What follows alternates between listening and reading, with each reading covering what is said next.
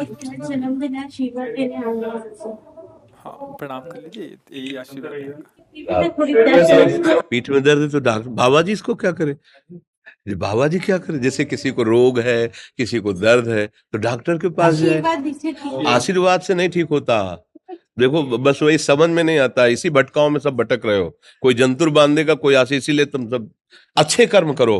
पूर्व के पूर्व कर्मों के पाप से हमें दंड मिलता है। अच्छे कर्म करो, नाम जप करो, माता पिता की सेवा करो, सद्भाव से चलो। अभी ये कर्म नष्ट हो जाएंगे, किसी से जंतुर बंधवाने की जरूरत नहीं, किसी से आशीर्वाद मांगने की जरूरत है। अब नाम जप ना करो, खाओ मुर्गा मांस, पियो शराब, करो व्यभिचार करो, तो बाबा जी आशीर्वाद दे दे तो कोई आशीर्वाद काम नहीं करेगा। दुर्गति होगी यहाँ भी और वहां भी। हमारी बात समझो।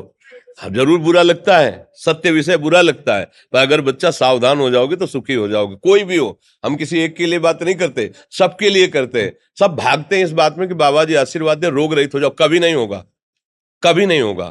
तुम्हारे आचरण ठीक होंगे तब तुम्हारा सब काम बनेगा। हाँ देखो ना, खा रहे हैं जीवों को उबाल उबाल करके मांस, पी रहे हैं शराब, कर रहे हैं बेविचार, बुद्धि भ्रष्ट होगी और नष्ट होना पड़ेगा, क्योंकि आचरण गलत है। कोई आशीर्वाद किसी का काम नहीं करेगा। आप अच्छे आचरण करो, माता पिता की सेवा करो, परिवार की सेवा करो, समाज की सेवा करो, नाम जप करो। शरीर में कोई छोटे मोटे कष्ट आवे उनको सह जाओ, आगे चलकर आप देखो कि कैसी उन्नति होती, अच्छा होगा, मंगल होगा। इस ब्रह्म में ना किसी के आशीर्वाद से कुछ हो जाता है। हम आपको पक्की बात बताते हैं कि आज बाबा के यहाँ गए थे यार, पीठ में दर्द कम हो गया। ये तुम्हारा पुण्य लग गया, पुण्य बन गया, तुम्हारा कर्म। तुम आए ना यहाँ, तो जो जो पाग आगे धरे कोटिन यज्ञ समान, साधु दर्शन के लिए भाव से आए तो तुम्हारा वो रोग नष्ट हो गया, तुम्हारे कर्म से नष्ट हुआ। तुम सत्कर्म किए ना, उससे कर नष्ट हुआ। बात समझो बच्चा, आप हमारे घर के हो सब।